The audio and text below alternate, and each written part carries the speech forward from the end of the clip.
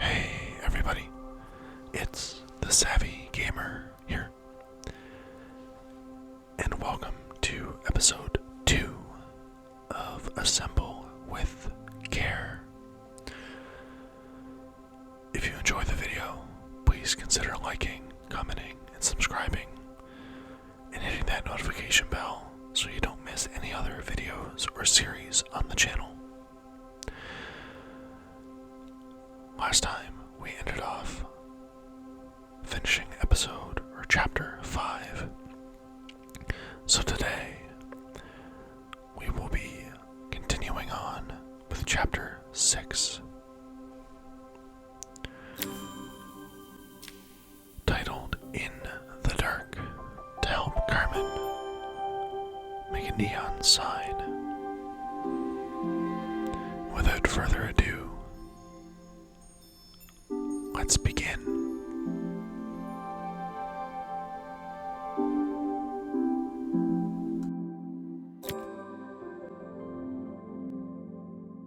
The sun was setting over Bellariva by the time I reached Carmen's cafe. From the outside, it looked as quiet as ever, but inside, I found Carmen cleaning like her life depended on it. Maria! Oh, don't mind all of this. If Helena finds one speck of dust in here, I'll never hear the end of it. Carmen seemed pleased to see me, but I sensed the fidgeting tension beneath each sweep of her mop. Trying to live up to the standards of someone like Helena seemed like an impossible task. I hope you didn't mind fixing the camera for her. She was furious when it broke. I really need this to go well. If she doesn't lend me the money, I don't know how long I can keep this place going. Carmen led me to a back room, where she'd laid out the components of what looked like a neon sign. I had this made when I first opened the cafe, but I'm hopeless with electronics. So there was supposed to be a sign outside. This might explain the lack of customers. I'd like to put it up before Helena gets here. Can you give it a try?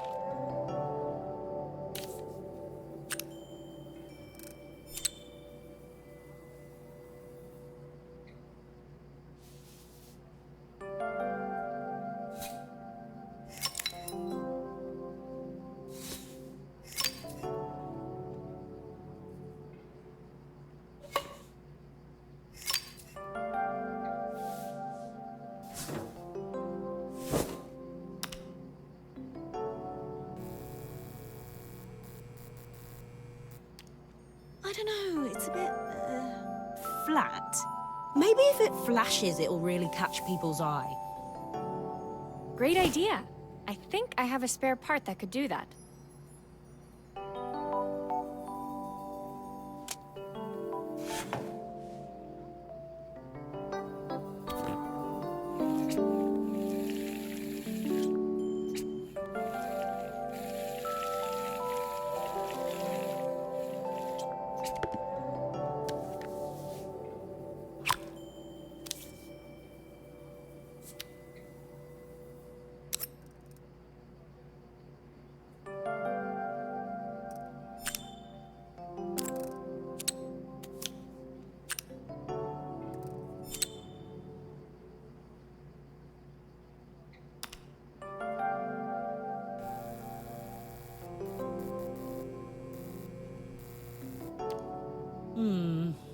It still needs something else.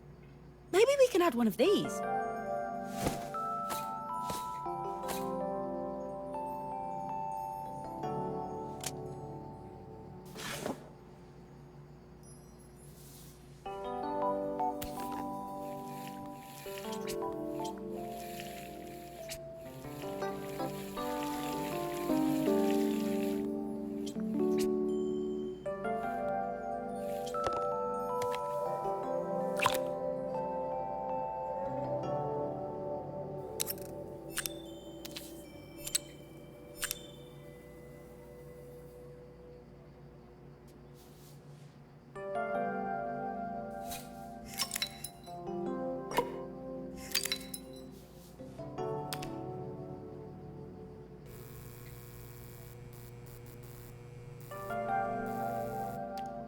It works!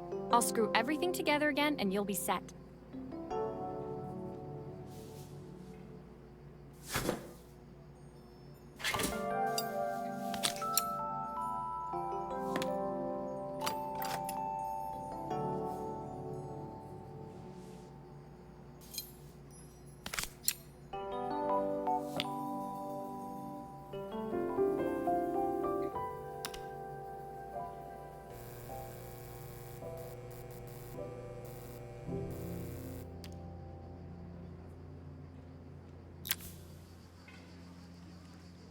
The sign fixed, we headed outside and mounted it carefully over the cafe door. Oh, that's perfect, Maria. It looks just how I imagined it. When I had this sign made, it all seemed so simple. Oh, I can't believe I might have to give it all up. I hope I've done enough. The smile froze on her face as she spotted something over my shoulder. I turned to see. Of course, my sister owns the only cafe in this entire town that isn't actually open. For better or worse, Helena had arrived.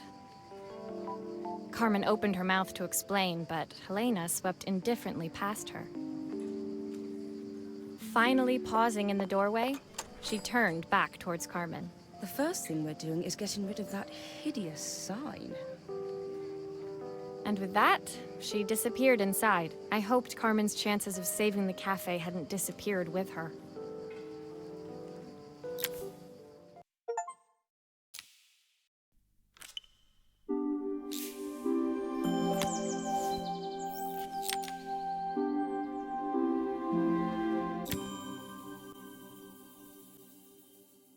It was the day before the festival, and the whole town was busy getting ready. I had more work than I knew what to do with.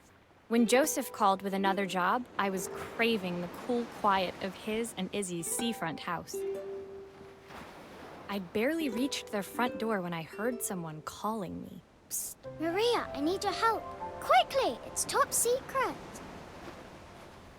It was Izzy, peeking out from the side of the house. She beckoned for me to follow her. She led me through to a beautiful, unruly garden overflowing with flowers of every color. Nestled among them was a playhouse, its doorway almost completely obscured by a towering rose bush. You have to squeeze past it and breathe in real small, like this. Izzy took in a big gulp of air and crawled through the gap and into the playhouse. I hadn't planned on crawling in the dirt today, but the life of a repairwoman never did run smooth. On the table inside, there was an electronic toy. Not exactly the usual stock in my parents' antique shop. I had an accident. I didn't do it on purpose or anything, but it won't turn on anymore. Can you fix it for me?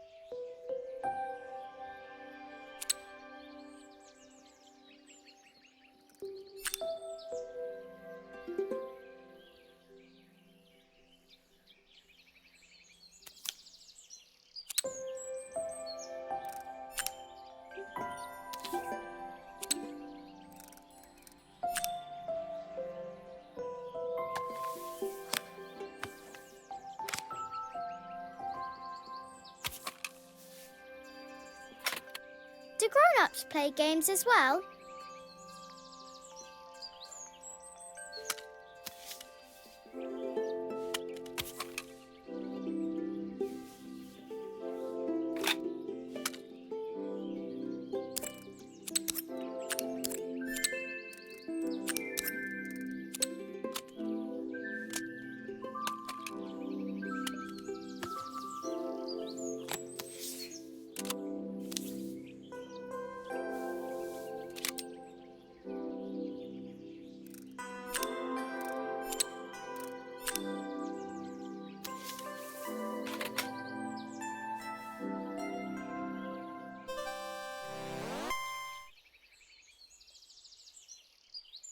Can you show me how to play? I tried before, but it was so hard.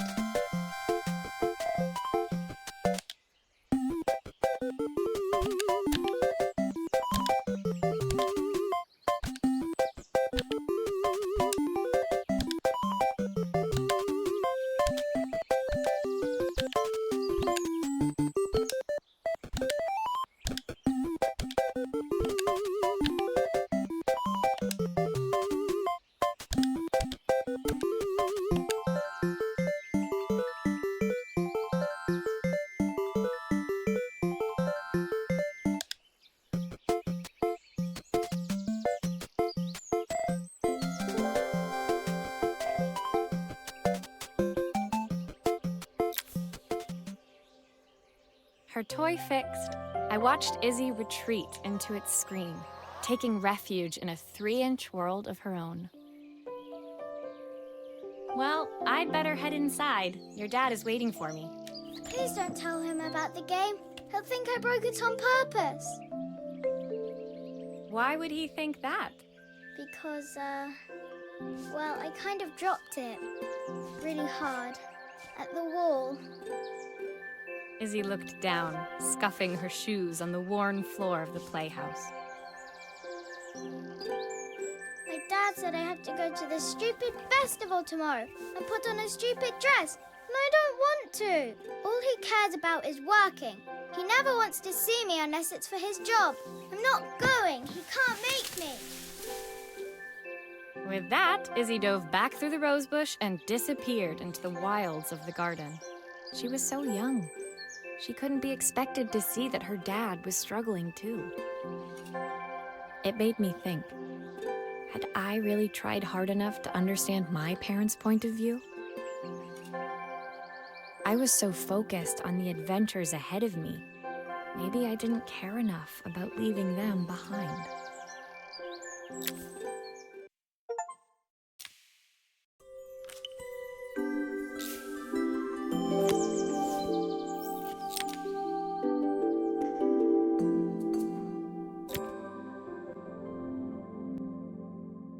Leaving Izzy hiding in the garden, I walked around to the front of the house and rang the doorbell. It was only then I noticed my favorite overalls covered in grass stains. I scrubbed desperately, but it was too late. Maria, what are you doing? What happened to your clothes? I was, repairing a lawnmower. How unusual. Well, do come in. The job I've got for you is a little more delicate. Totally embarrassed, I walked into an orderly room filled with papers and ledgers. So this was his office. You must be so busy getting ready for the festival. Are you looking forward to it? Of course. It's traditional for the mayor to judge food from every cafe and restaurant in town. I'll be declaring the best chef in Bellariva by this time tomorrow. Speaking of which... He unclipped the watch from his wrist and very carefully handed it to me. I'll have a tight schedule to follow, but my watch stopped working a while ago. Could you see if you can make it tick again?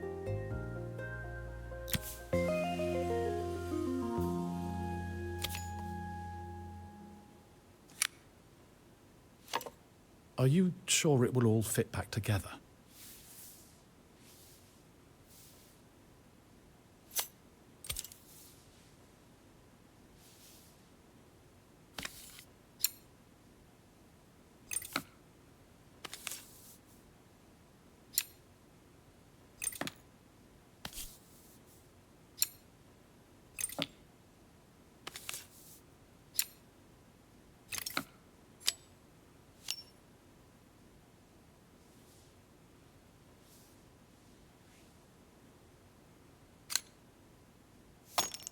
Ah, the main plate has completely cracked. I'll need to replace it.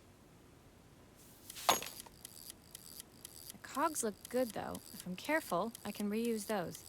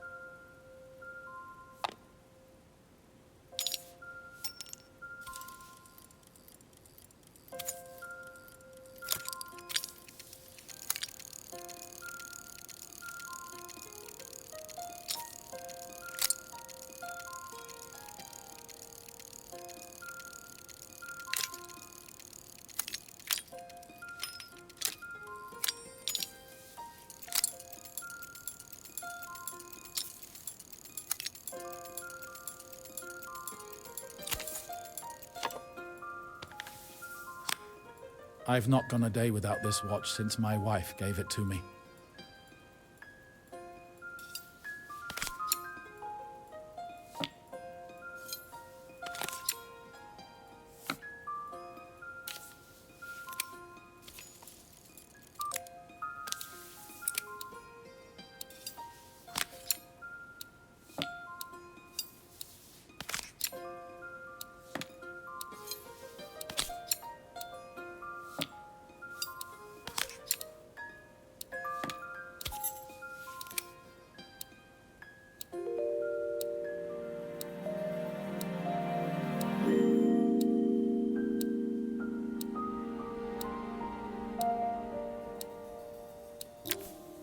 As I handed the watch back to Joseph, my fingers traced over the engraving on the back. I hoped fixing this was one small way I could help him move forward. I can't believe it's working, Maria. Thank you. My wife was a brilliant woman. Feeling this ticking on my wrist, it makes me feel like she's still here. Watches measure minutes and hours like they're infinite. I didn't know we had so little time. Even with Isabel, I barely see her. And when I do, she acts like she hates me. Just then, The phone rang. Even when he was at home, his work was never done. Sorry, Maria. I have to take this. I'll see you at the festival tomorrow. As I left, I turned and saw him pacing the floor of his office, his watch glinting in the afternoon sun. I hoped its quiet ticking would at least bring him some peace during the busy days to come. And with that, we will end off episode 2 by fixing Joseph's watch. And next time, we will continue with episode or chapter 9, The Bigger Picture. If you enjoyed today's video, please consider liking, commenting, and subscribing, and hitting that notification bell. I hope this video brought you lots of tingles and relaxation, and to make things a little more stress-free, wherever you are, whatever time of day it is, morning, afternoon, or night. I hope you're enjoying the series, and I'll be bringing more to come soon. And as always, we will see you in the next video. And remember, tingle